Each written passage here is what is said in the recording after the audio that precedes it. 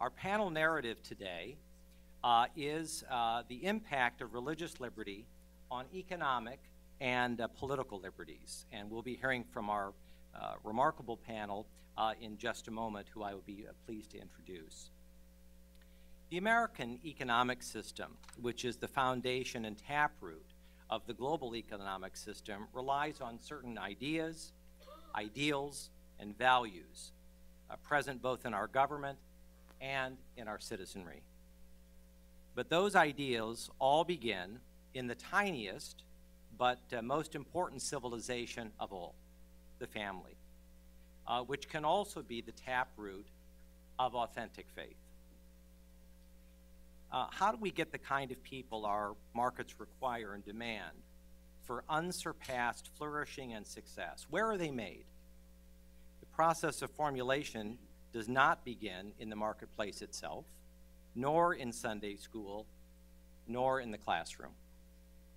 Virtuous people are more often than not created in families, aided and abetted by a faith tradition that nourishes their souls and helps them thrive in the marketplace.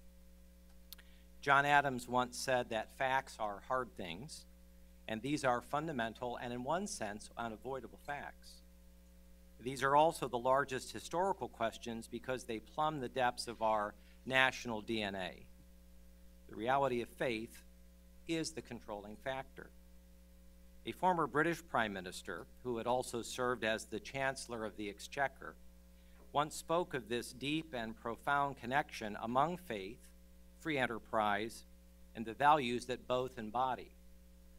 His remarks were delivered in the depths of major global economic challenges.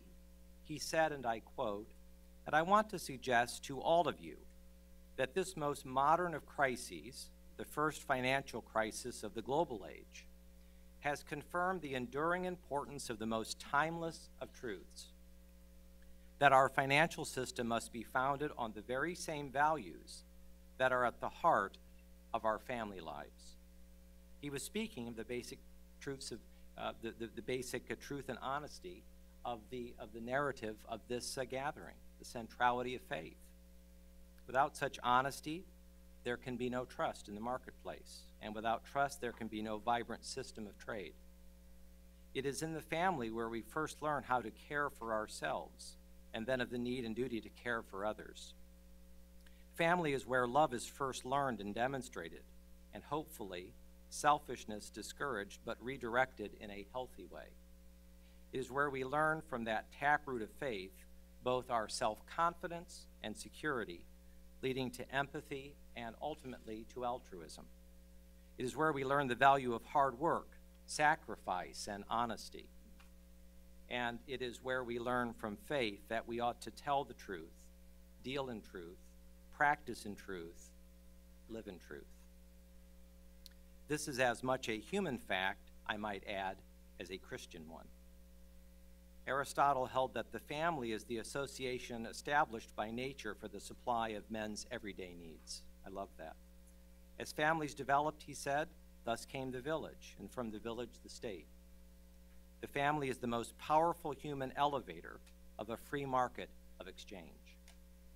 A family enveloped in faith regards the Ten Commandments as foundational to flourishing. And Christian families believe that when Christ taught us to serve him first, others second, and ourselves last, that those commands also had a practical impact and effect for good in the marketplace. Where you have robust religious practice, it seems to me that you also have robust family life because the two reinforce each other.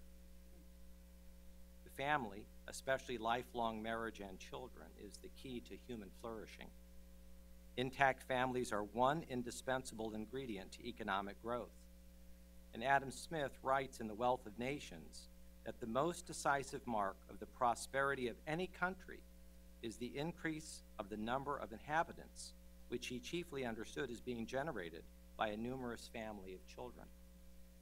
If we care for others and want to lift them out of misery and poverty and on to better, healthier lives, it seems to me that we cannot be apathetic about the economic system that has proved itself better than others at doing this. nor can we be laissez-faire, I might add, about the social conditions that create what is required to drive this humane and just system, because our faith teaches us that justice is the point of it all. Finally, the free market is the best and fairest system not only for allowing human beings to create resources, but also to distribute those resources we need to live prosperous and ever-improving lives. This system cannot function strongly and fairly if our culture produces, in the immortal words of Clive Staples Lewis, men without chests. Honor, dignity, self-sacrifice, generosity of spirit, prudence, and humility must prevail in any healthy marketplace. And it seems to me more often than not in the American experience, they well up from faith.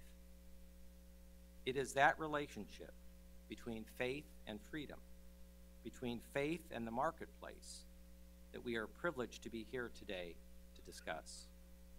And these are the reasons and why we at Focus on the Family do the upstream work we do to help families thrive worldwide, because we want boys and girls who will one day become men and women in the marketplace, moms and dads, to have the moral resources and opportunities derived from faith to create a better, more hopeful life for themselves, for their families, for their communities, and for their beloved, exceptional neighbors and strangers. I'd like to begin our discussion, if I may, in this wonderful panel with Russell Moore, who is the president of the Southern Baptist Convention's Ethics and Religious Liberty Commission. Before Russell's election to this role in 2013, he served as provost and dean of the Southern Baptist Theological Seminary, where he also taught as professor of theology and ethics. He blogs frequently on More to the Point and hosts Questions and Ethics, a wide-ranging podcast that addresses listener-generated questions on the very difficult moral and ethical issues of the day. Russell is the author of several books, including Tempted and Tried, Temptation and the Triumph of Christ. He's an ordained minister and has served as pastor for a number of Southern Baptist churches, most recently as preaching pastor at Highview Baptist Church from 2008 to 2012. Please join me in welcoming Russell Moore. Thank you very much.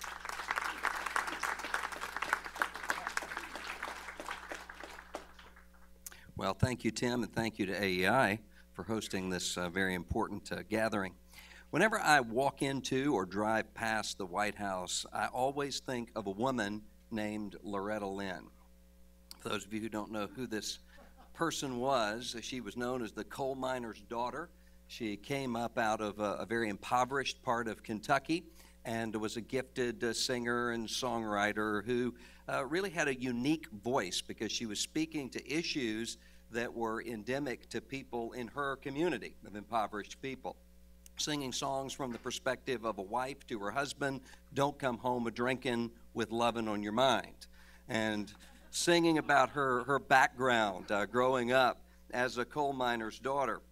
And as her songs started to rise on the charts, she was invited to the White House to meet with President Richard Nixon. Never been in that sort of setting before. And so when President Nixon walked into the room, Loretta Lynn greeted him and said, "Hello, Richard, how are you doing?" Everyone was horrified, and after the meeting, several people came up and said, "Miss Lynn, you cannot refer to the President of the United States as Richard." To which she responded, "Well, they called Jesus Jesus, didn't they?"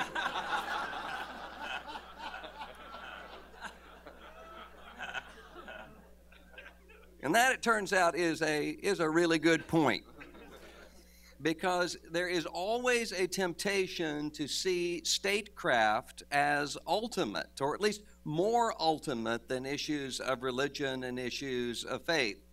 And I think one of the primary problems that we have when it comes to discussing these issues of religious liberty and the relationship between the church and the state and the freedom of the conscience is that very thing, is understanding the goodness and the orderliness of the state and of government, while also recognizing that there are things more important than that. There is a limit to that. This is a frustration that I face within the church. It is much easier for most of the people, I think, in the pews of my churches to get into an animated and a heated argument or conversation about whatever Sarah Palin has posted on Facebook than it is to get into a heated argument about the meaning of the Nicene Creed. We live in a culture where whatever is around us at the moment seems to be most important, and politics seems to trump everything else because it hits at issues of tribal identity. But religious liberty is one of those issues that cuts through this and reminds us that freedom of conscience, religious liberty, is not simply a matter of protecting our own rights. This is an issue that matters for everyone, and it matters for several reasons. The first reason is through the forming and the shaping of allegiances. When we live in a society like this society, we need people who come into the public square who have consciences that are formed and are being formed, not dictated to them by the state or by the marketplace, so that the people are driving the agenda as it relates to the market and to the state, not people who are being driven by those things. That's in the interest of everyone, not only religious people, not only conservative evangelicals and Roman Catholics, not only religious minorities in this country and around the world, but all people. And I find that one of the reasons why so many people in our culture don't understand what we mean when we talk about religious liberty, one of the reasons why headlines often put religious liberty and religious freedom in scare quotes, is because there is a constituency in American life that doesn't understand religious motivation, doesn't understand the sort of conscience that believes it will be accountable to something after death. And so they assume it must be really about something other than that. It must really be about power. It must really be about economics. It must really be about something else. But when we have a sense of freedom of conscience, when we have a flourishing of religious liberty, we are acknowledging what at heart everyone acknowledges to be true, that we need a people who have consciences being formed, allegiances being shaped. It's not only religious people who believe that, secular progressives believe that as well. I was in a conversation just yesterday with a very liberal, more secular, progressive elected official talking about the issue of sex trafficking, talking about the value of women and girls and protecting them from abuse. It's in everyone's interest that we have conceptions of why these things are worth fighting for, apart from simply the interests of what is going to make the most money and what is going to win the most votes. That's in everyone's interest. But secondly, it's because of the limiting of the state. If we do not have religious liberty, this does not mean that we have a purely secular state. It means that we have a more religious state, and a state that is dictating religious terms. There was an old Baptist leader who probably would not agree with me on just about anything, but we agree on this. He said once, everyone wants a theocracy, and everyone wants to be Theo. And I think that clearly shows up in many of our disputes on religious liberty. In a conversation not long ago about chaplaincy and about the freedom of evangelical chaplains to pray in Jesus' name, I was told by someone in the military, but it doesn't matter whether the chaplain says Jesus. It doesn't matter. He simply can say, in your name. And the point here is not whether or not that is true. The point is, how do you get to decide this? It would be the equivalent of my saying to a Roman Catholic chaplain, serve the Eucharist to everyone, because after all, it's just bread and wine. A Roman Catholic chaplain who would do that is by definition no longer a Roman Catholic. If you give to the government the ability to differentiate between what religious convictions are really and truly important or not, then we will wind up with a state-established religion in which the government says a vague concept of the divine is all that really matters, and all of your particularities can simply be wiped away like a building being plowed away by eminent domain in order to build a new business.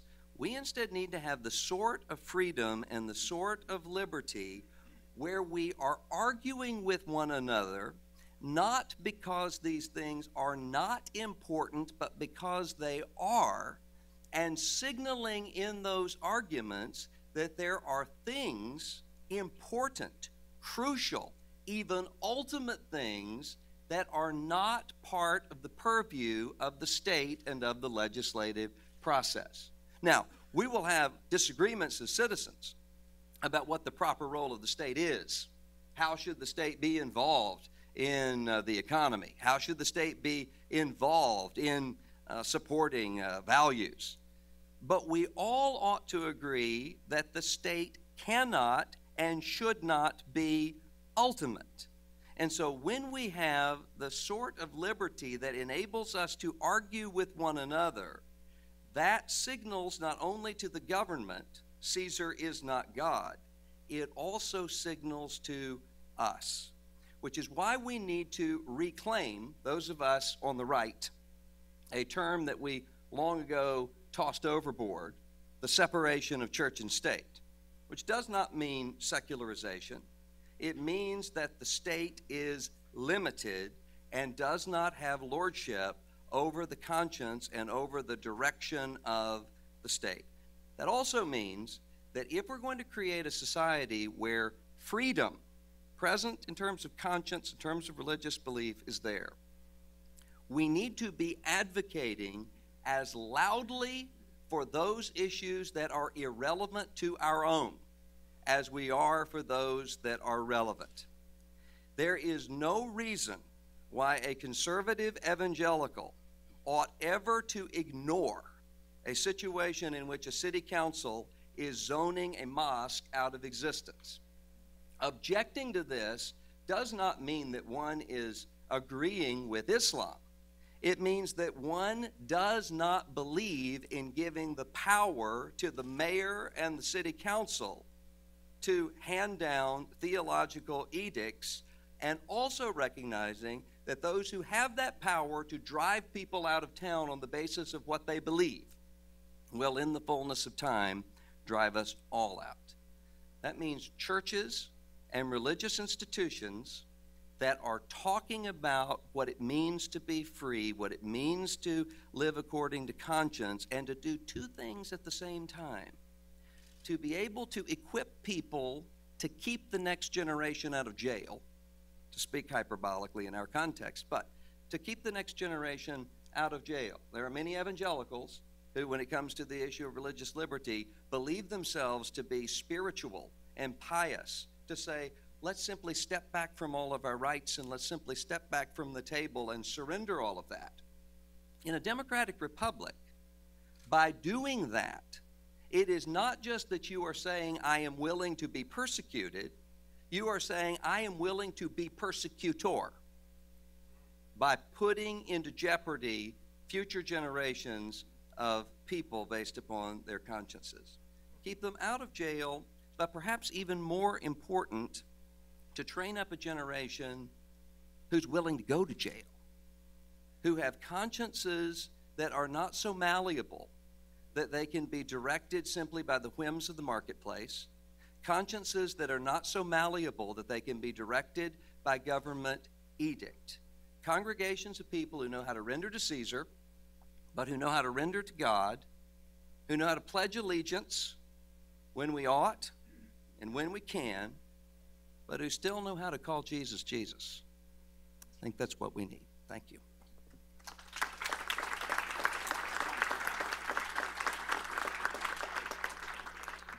Russell, thank you very much. Brian Grimm is president of the Religious Freedom and Business Roundtable and specializes in the socioeconomic impact of restrictions on religious freedom and international religious demography. Brian is an associate scholar with the Berkley Center's Religious Freedom Project and an affiliated scholar at Boston University's Institute on Culture, Religion, and World Affairs. He previously directed the Pew Research Center's largest social science effort to collect and analyze global data on religion. And he also worked for 2 decades as an educator in the former Soviet Union, in China, Central Asia, the Middle East, and Europe. He is the author of numerous articles and books, including The Price of Freedom Denied, and writes the weekly Number blog. Brian, come join us. So I'm going to stand here because I'm running a PowerPoint, and I apologize, there's only one screen over here, so I'll do my best. Okay, so and they just told me it's best if I sit so I can focus on the mic. So in addition to that, so I'm a sociologist, but I am going to try to give the most biblical presentation of the day. I'm talking about numbers, a very biblical theme, right? And you shouldn't be afraid of numbers. I mean, besides being a book of the Bible, you know, they're very friendly, except my 3-year-old grandson reminded me that numbers can be very dangerous. He said in his, of course, he knows 2 jokes, and one of them is his favorite. It's, why is 7 afraid of 8? Because 7, 8, 9. And so numbers can be scary things. Well, I'm going to share some about religious freedom from the numbers. Can you see, is the chart working up there? Do you see a chart there? Okay, so this is a chart showing you the median age of religious groups. Those people unaffiliated with any religion are on average 34 years old. Most religious groups, including Christians, Muslims, Hindus, are much younger, meaning that the future of the world will be more religious, not less. So the world is going to be a more religious place. Therefore, religious freedom and working out religious differences will become a more important problem. I've been, for the past decade, measuring religious freedom, and very difficult to measure freedom because how can you measure how free you are? So instead, I've been measuring restrictions on religious freedom coming from governments and from groups in society. The results of that study show that 43% of countries today have high restrictions on religious freedom coming from governments or groups in society. And because several of those countries are very populous, about 3/4 of the world's people, or 5.3 billion people, live with high restrictions on religious freedom. Once you have numbers, you can start tracking trends over time and doing some other interesting things that I'll share in a moment. One thing you can see is that this is a growing concern because we've seen almost a 50% increase in the number of countries with high restrictions on religious freedom just in the past 6 years. Now, usually when I speak about religious freedom, it's groups like this, people from government and people from civil society, religious organizations.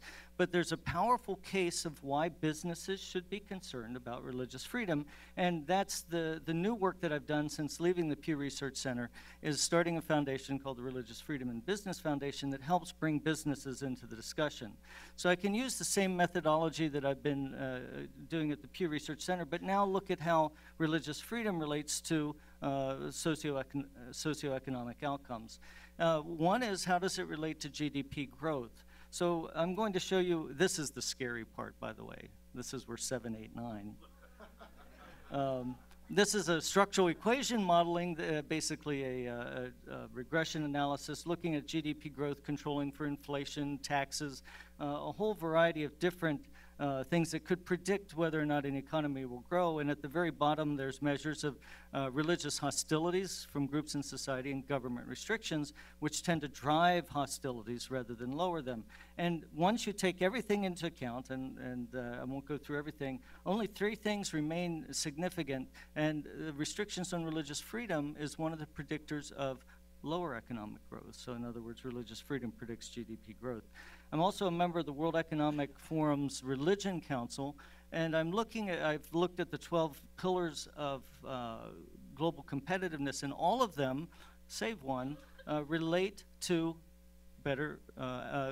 religious freedom. So where you have religious freedom, you have more education, technological readiness, innovation, and I'll give some examples of why that might be, but there's one of the pillars that doesn't relate to religious freedom, and that's market size. That means the places where economic growth is possible today, most globally, are places where religious freedom is very restricted. So the question that I ask is, well, can they really achieve true economic success if religious freedom isn't part of their part of the agenda? Well, let me give a few examples of why religious freedom's important for business. Everybody knows that, Kellogg's cornflakes. Maybe somebody's had some this morning. And you know the religious history of Kellogg's cornflakes, of course, right? Well, actually, religion fostered the innovation under Kellogg's cornflakes. It originally was a company called Sanitas, and it was founded by two Seventh-day Adventist brothers who thought Americans eating greasy bacon and eggs for breakfast was just not what you should put into the temple of the Holy Spirit to get it started in the morning. And so they came up with Kellogg's cornflakes. And it's not an Adventist company, but there is a Seventh-day Adventist company, Sanitarium, in Australia, the largest cereal-making company in Australia, owned by the Adventists. So religious freedom fosters innovation. When you're free to practice your faith and think of what your faith teaches you to do, you come up with products that everybody in the world knows about today. Religious freedom also can avoid costs. This is a young Muslim woman who wanted to wear a scarf while she was stocking shelves, and she was fired by a company, Abercrombie & Fitch, because they said that doesn't meet our dress code. She took him to court. It was in the news for months and months, lots of legal costs. They lost the case, but if they had respected religious freedom, they would have reduced their risk. Pakistan, to blaspheme, to say something, do something, and perhaps even think something critical of God is punishable by death. It's a capital offense. And businesses will accuse another business of blasphemy, maybe too much skin showing in an ad or something. And can you imagine as a business owner, if you're accused of blasphemy and the penalty is death, how much focus you're going to do on business? Religious freedom helps to limit overregulation. I have a series of case studies that I've just published with the United Nations, released in Indonesia, Muslim-majority country, with Ban Ki-moon last week, called Business, a Powerful Force for Supporting Interfaith Understanding and Peace. And a couple of examples, these are a Muslim and a Jew in Israel who helped direct tours, taking Muslims to Jewish families and Jews to Muslim families as a tourist business, and they received an intercultural award for their work from BMW. This guy's in India. He's a Dalit, and many of them are converts. Some of them are converts to Christianity and Islam. They're at the bottom rung, but there's a business helping them to go from what their traditional job is as waste pickers into waste managers and environmentalists. There are companies helping to incubate entrepreneurs by taking the bottom rungs of society and bringing them forward. In Indonesia, businesses realized that intercultural, interfaith marriages were not possible legally. Businesses did what government couldn't do. They organized mass interfaith weddings, marrying 5,000 couples at a time and solving a social problem, increasing the morale of many people in their companies who were facing problems with marriage. And Brazil, a country that has undergone more religious change than any country in the past 50 years. A third of the population has shifted from Catholicism to many being evangelical, Pentecostal, and a variety of other faiths. And that's been done with no violence. Can you imagine in Russia, a third of the population becoming Catholic? Look what's happening between Russia and Ukraine having a large Catholic population. So this shift can't be taken for granted, and a lot of that is because Brazil truly respects religious freedom. By measures that I have, they have lower government restrictions on religious freedom than the United States. And one last example, Coca-Cola has engaged in a global ad campaign to increase happiness, and part of that they see as reducing religious tensions. In Pakistan and India, you know, the divide that's there since the partition of India into a Muslim part and a Hindu part, more or less. Koch realizes that business can engender peace and religious freedom can engender peace. And if you can bear with me, I'm going to show you, and if it works, I'm going to conclude with a video. The relationship between India and Pakistan is one that has seen a lot of lows. It's stressful, it's tense. It seems it's not improving and it's getting worse. It's only been 60 years that we have been apart. Before that, we were living harmoniously together. I think all the strife would go away if you took away the barbed wires in the middle of the two countries. It saddens me that we have this neighbor that we can't even go visit. They have this perception which they've been ingrained in their head that that's the bad guy. But when they actually meet them, they realize, you know what, he's just like me. Mainly because there's no communication. They're near us, but we have no access to them. And it's sad, because together I think we would do wonders.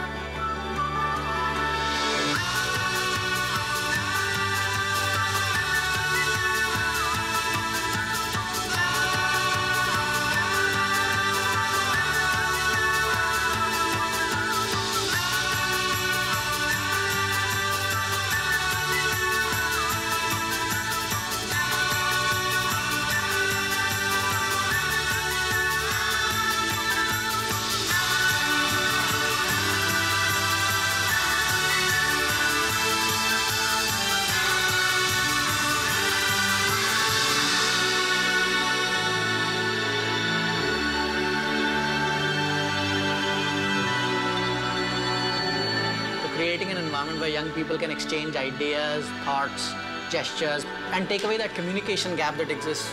If I have any opportunity to go to India, I'll surely go there.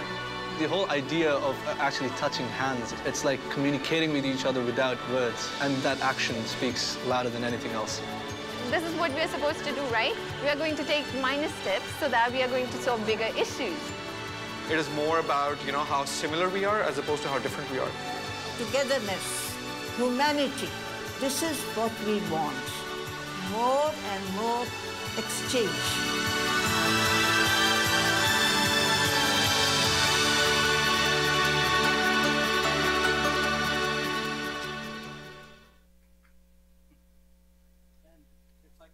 Conclude, these types of stories are what we're putting together at the World Fair in Milan in 2015, inviting business executives to come tell stories of how their businesses are lowering religious tensions and increasing peace and interfaith understanding. Thank you.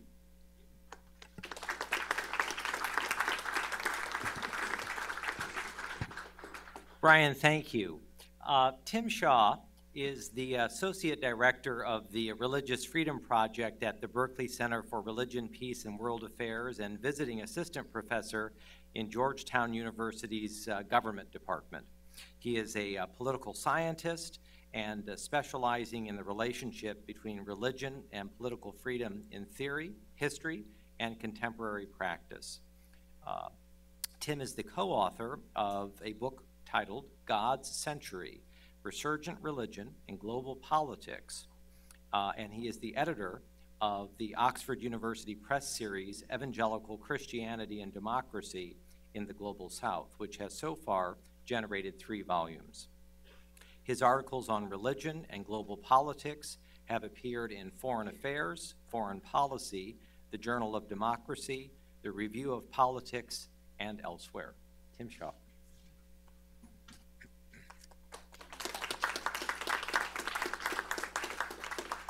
Thank you very much.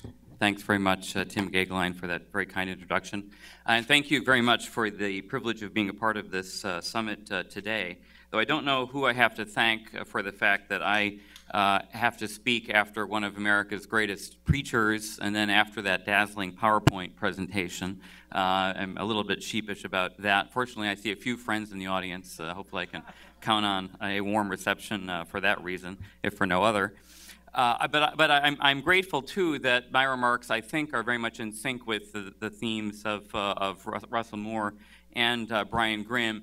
Namely, I want to talk about the wider case from the common good for religious freedom. We, as evangelicals, I think, have a strong sense, because of our theology, because of the persecution also that evangelicals in many places in the world are suffering, that we need to stand up for religious freedom. And all of that is very good.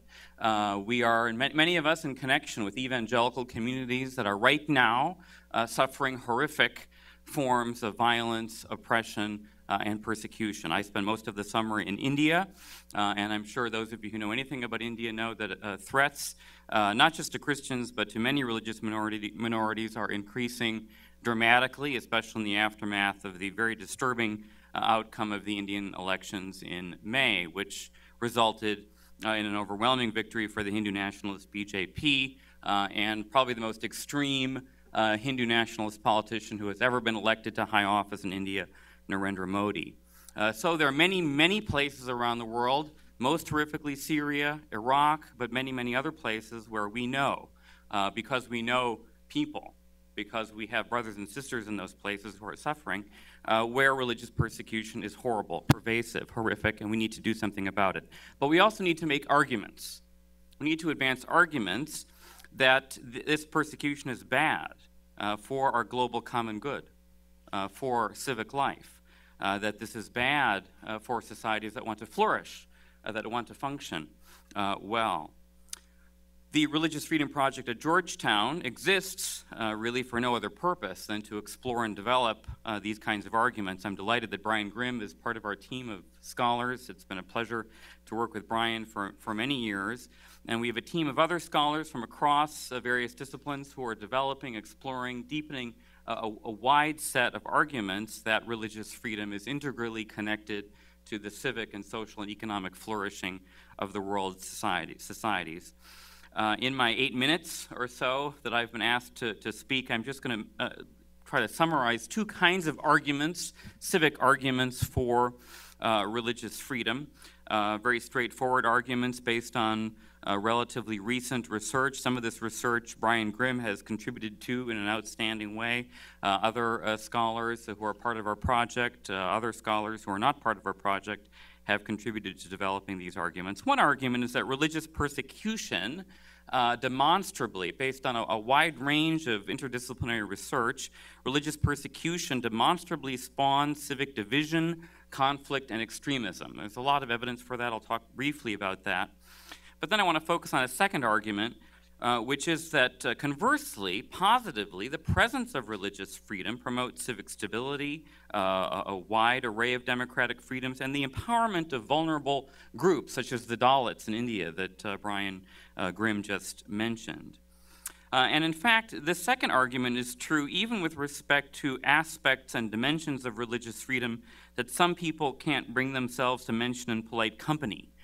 Such as the freedom to proselytize, the freedom to evangelize, the freedom to try to persuade others to convert from one religion to the other. It seems that some people are for every kind of religious freedom, but those kinds of religious freedom. But in fact, those kinds of religious freedom are integrally related to civic and social flourishing in ways that I will describe in a moment. Of course, evangelicals in this room don't have to be persuaded that rights to convert and proselytize are valuable. They're at the core of our evangelical faith, but of course many people are concerned about precisely the exercise of those kinds of rights and freedoms. So first, let me talk about the ways in which religious persecution spawns civic conflict and division.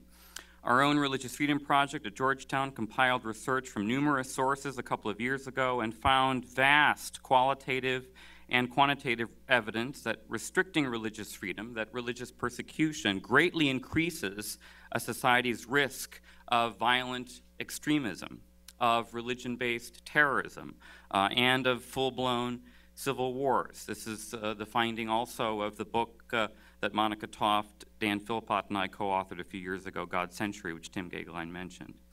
For example, the Pew Research Center, and Brian and I were both privileged to be at the Pew Research Center together, working for many years on data on global religion, including data on global religious persecution and restrictions. And the data that the Pew Research Center has accumulated shows very persuasively that government restrictions on religious freedom are strongly related to a wide range of social divisions and conflicts in society over religion.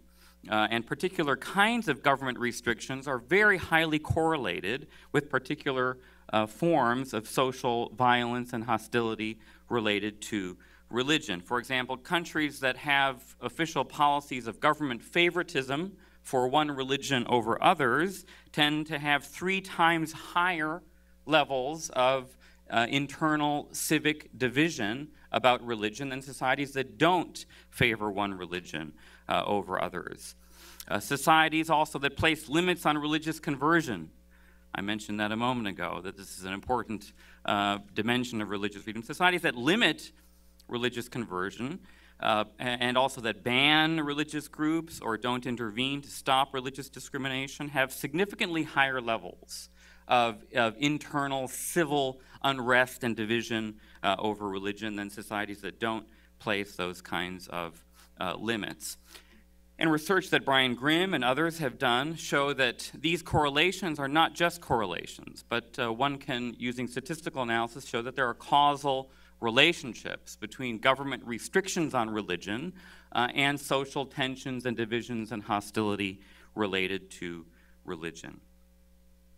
So that's the kind of the negative argument. Religious persecution is bad. If you want to ruin your society, if you want to increase the likelihood your society will face civil war, then do as much as you can to restrict religious groups. And it really is no mystery why Iraq and Syria have experienced the sectarian strife that they have in the last couple of years. As Ambassador Dennis Ross just said a little while ago, I think just last week, it's no mystery where ISIS came from. ISIS was invented by Nouri al-Maliki and Bashar al-Assad, regimes that deliberately, one from sectarian motives, one from secularist motives, regimes that systematically persecuted and repressed religious minorities in those countries over a very long period of time.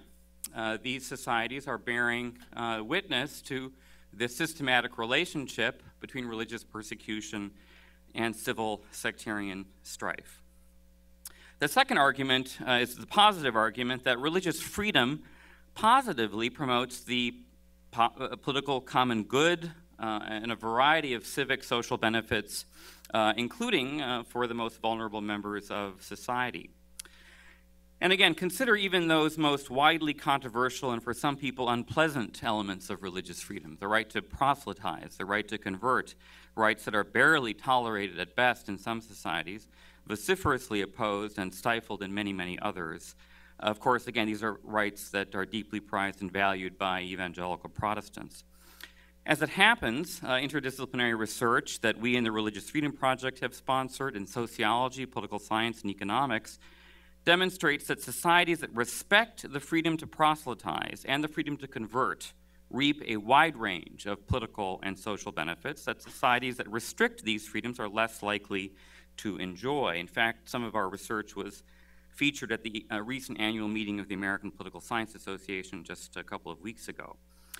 For example, sociologist and political scientist Robert Woodbury of the National University of Singapore, based on voluminous historical analysis, suggests that the quest for religious liberty, and particularly the right to convert other people, helped lay the foundations for many things modern Westerners and others typically value: freedom of speech, freedom of association, mass education, wide availability of printed texts, modular nonviolent social movement organizations, widespread voluntary association membership, colonial reform movements, including the abolition of slavery, better health, more economic development, greater political democracy.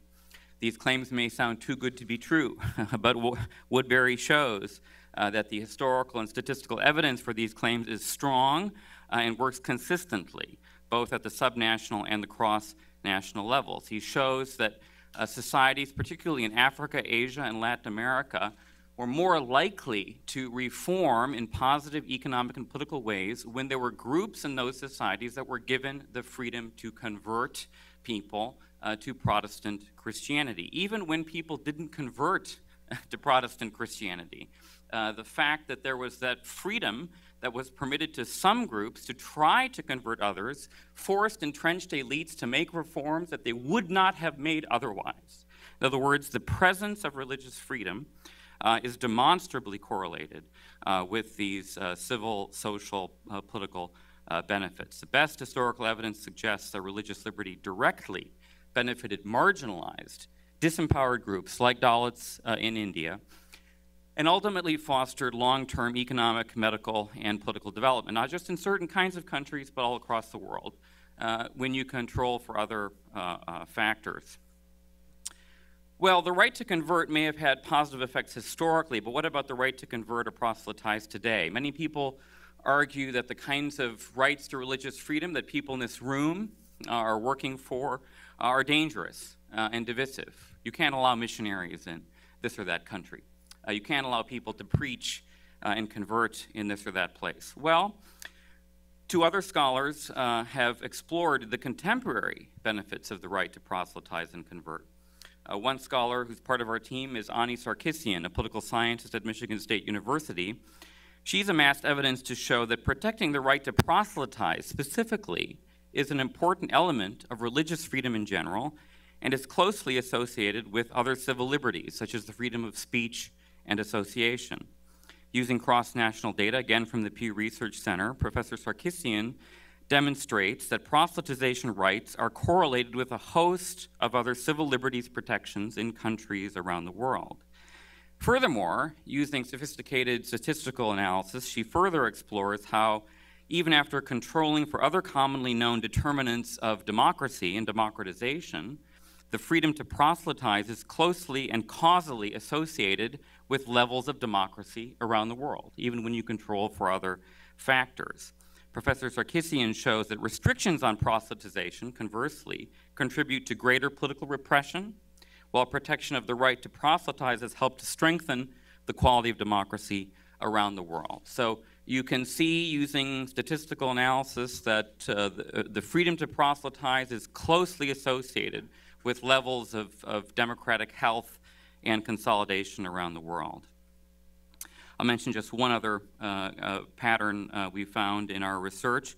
Another scholar who's part of our team, Rebecca Shah, who is a research fellow with the Berkley Center for Religion, Peace, and World Affairs, works with our project at Georgetown, has found, based on her own field work in India over the last 5 years, has found that poor, untouchable, or Dalit women, again, we're talking about Dalits in India, that poor, untouchable Dalit women, these are women who are not even part of the caste system, who are at the very bottom of the Hindu caste system, that poor, untouchable women who enjoy the religious freedom to convert to forms of independent Protestant Christianity experience a wide range of social, economic, and civic benefits.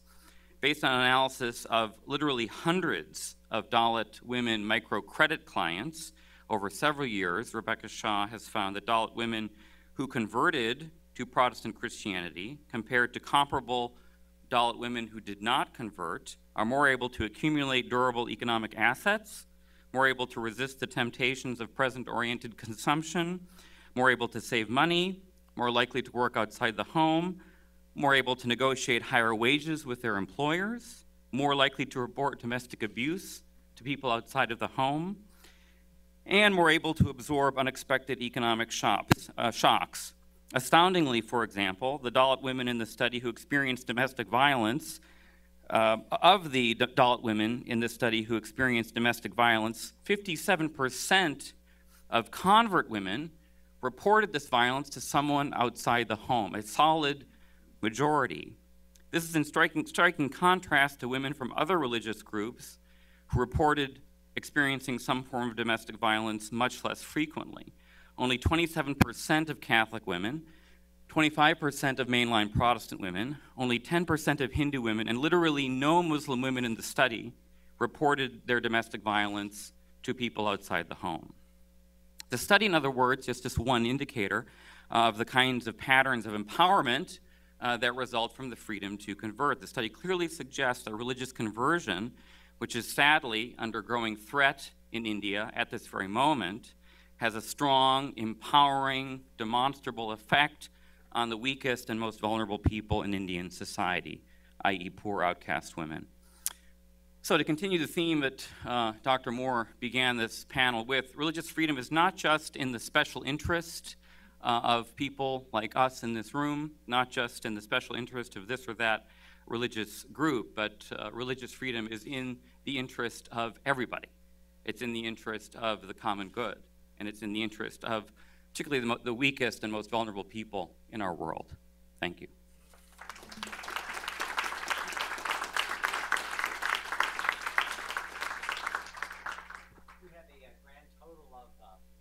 We have a grand total of 8 minutes. We're going to I think, take some questions. And I'm going to take the moderator's liberty, if I may, to ask the first one as we're searching for other people. I wanted to ask each of you, if I may, in light of the wonderful presentations that were made, knowing all of you as I do, that this is a panel of irredeemable optimists or hopefulists for that matter, what your own view is of the future of religious liberty in the United States. Needless to say, evangelicals, Catholics, et cetera, seem to have these discussions continually, more it seems than ever, in light of the HHS mandate debates and several of the ones that were raised in these presentations. And I might start, if I may, Russell, with you. What is your sense of, as they say, where we're going, and what is your take? I have the general attitude that the radical environmentalist Edward Abbey had when he said, "I'm a short-term pessimist and a long-term optimist, and by short-term I mean the next 5,000 years." Not quite that long, but I am a short-term pessimist because of the way that the religious liberty argument is increasingly being framed. And really on both sides, not only by secularism moving forward and restricting rights of conscience, but also because of the attitude I alluded to earlier from some who are unwilling to defend religious liberty precisely because they don't see that we live in a society where we are held accountable for the decisions we are making that we will then hand down. So I think that has to be recovered, and I think it can be. I think that the sense of alarm is rising and the sense of working together is rising, but it's a long haul. Brian. So freedom of religion or belief, F-O-R-B, freedom of religion or belief, is a universally recognized human right enshrined in many international covenants and agreements. And I think that adopting that language, freedom of religion or belief, which is used internationally, could help advance the agenda here in the U.S. One initiative we're working on at the foundation is FORB, freedom of religion or belief, friendly business.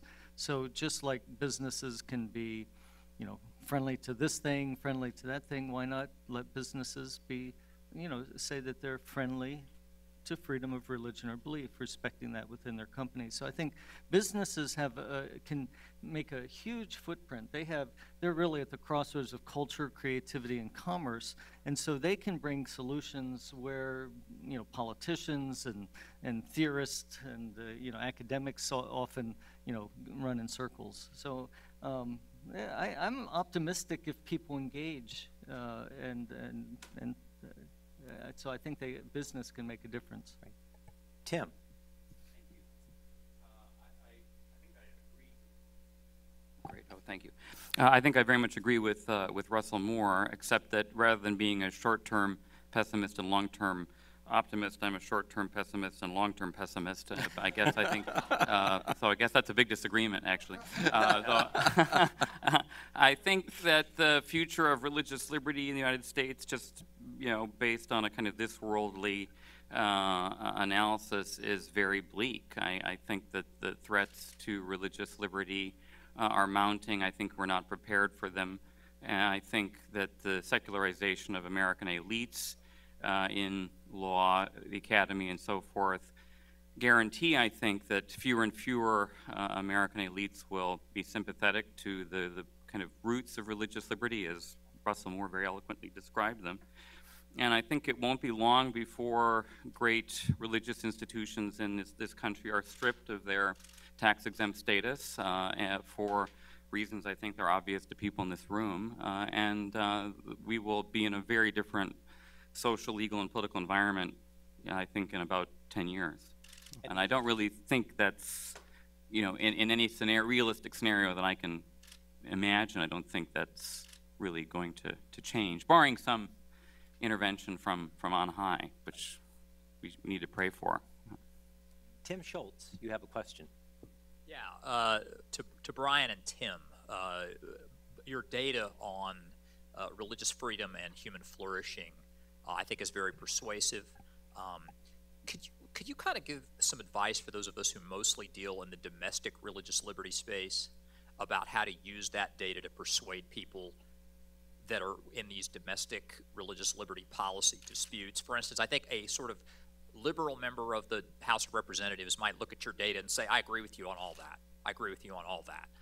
They would support international efforts to defend religious liberty abroad. But when it came to domestic religious liberty debates, they would say, we're not having these kinds of threats here. So is there a way to use the data that I think is very persuasive in our contemporary domestic policy religious liberty disputes? Tim and Brian? Happy to start. I heard Michael McConnell once say, the great expert on church-state issues in American law, he once said that he believes in the broken windows theory of religious freedom, citing James Q. Wilson's famous broken windows theory about crime. In other words, that if in a crime-ridden neighborhood, if you don't pay attention to relatively small problems and threats to the safety and the environment of a community, you're going to face much bigger problems very quickly. So if you don't fix broken windows, you're going to get gangs and drug trafficking next month. I think that's a way, I think, that to help us frame what's going on in America, that we need to have a broken windows theory of religious liberty. It's not petty to fight for what may seem like relatively small issues and dimensions of religious freedom, because if we don't fight for the small ones, we are really in big trouble. And it's not unrealistic to think that we might face, frankly, sectarian strife that may not be openly violent, but I think we all recognize we've already seen just a desperate polarization, and not a physical violence, but almost a kind of verbal violence in our political culture that's partly divides along religious lines. It's not unimaginable that in a generation that verbal violence, again, maybe it doesn't become openly physical, but the levels of distrust may become so great that we will not recognize our society in a generation. So we all need to make common good arguments for religious liberty, not because they're good for our team, but because they're good for the entire body politic. Brian? Well, the data that I shared showing how restrictions on religious freedom, religious intolerance is bad for business applies to any country in the world. It applies to the U.S. The Abercrombie and Finch case, the improving company morale,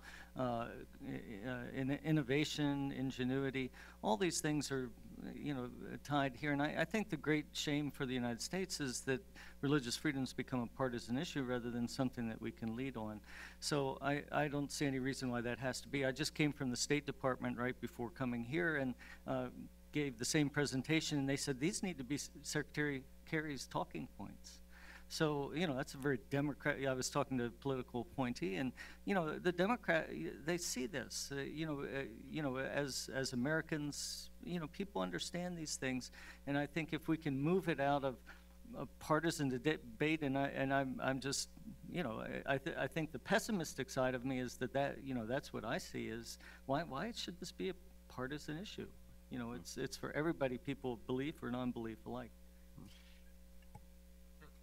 Yes, Jim Wallace.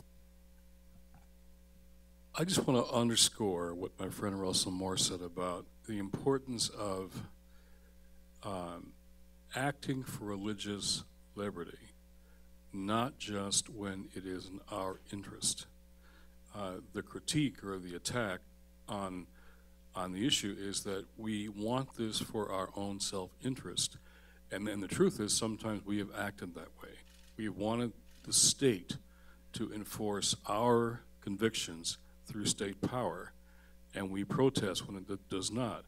When evangelicals stand up for Islamic religious freedom, it's a very powerful thing, as you mentioned, and in fact, the response from Muslims is often astonishing. Why did you Christians stand up for us? One of the most powerful stories are when an evangelical pastor outside Memphis welcomed an Islamic cultural center when in Tennessee the legislature was acting against Sharia law in Tennessee as if that was a threat in Tennessee. And that was leading to all kinds of violence against Muslims. And an evangelical Methodist pastor welcomed this Islamic Cultural Center, a sign out on the lawn, Heart Song Church welcomes Islamic Cultural Center. And that statistically led to a decrease in violence against Muslims all over Tennessee. And so I think when we act, as Russell said, we should act showing it's not in our own self-interest, and adding the powerful comments about how it ties to human flourishing. A more common good way of arguing this and a less self-interested way is really crucial to our success here, I think. Russell? I would agree with you, except I would add this. I would say we have to have the common good argument, but we also have to add to that the particularity of what we believe. So I think working in the interest of others with a strong conversionism at the same time is what we're going to need. I don't really agree that what unites us is greater than that which divides us. I think instead what divides us is what unites us, is the ability to say, I take honestly and I take seriously your claim that there is no God but Allah and Muhammad is his prophet. And I'm not afraid of that. And you and I are having a conversation in which I am saying that the word of Christ is, I am the way, the truth, and the life, and no one comes to the Father except through me, without pretending as though those differences don't matter, and without appealing to the state to resolve those differences. Because I think that what that signals is the sort of Christianity that would use the state to persecute is a Christianity that has lost confidence in its gospel. I just saw, just this past week, a horrific article in an evangelical publication claiming Islamophobia. And the person says we need to recognize, because of what's happening with ISIS and ISIL, that we need to deport all Muslims from the United States, used very vitriolic rhetoric. I read this and I thought, you're saying this because you're concerned about ISIS, and your answer is to use state power to persecute people on the basis of their beliefs. You are ISIS. I mean, that's the sort of thing that we have to have, but I think that means that we have to constantly be both arguing for the common good and doing so in a way that doesn't boil everything down to least common denominator. We need more conversation on it. And I think that's so important because defending the particularities or differences is essential to the common good, I would say. And what we have to eschew is when we have sometimes wanted to use state power to enforce our particularities on other people. Agreed. That has to stop in favor of what you were talking about. Being an evangelical and a German Lutheran to boot, we are 5 minutes over the hour. So at that point, I'd like to have you please join me in thanking our panelists.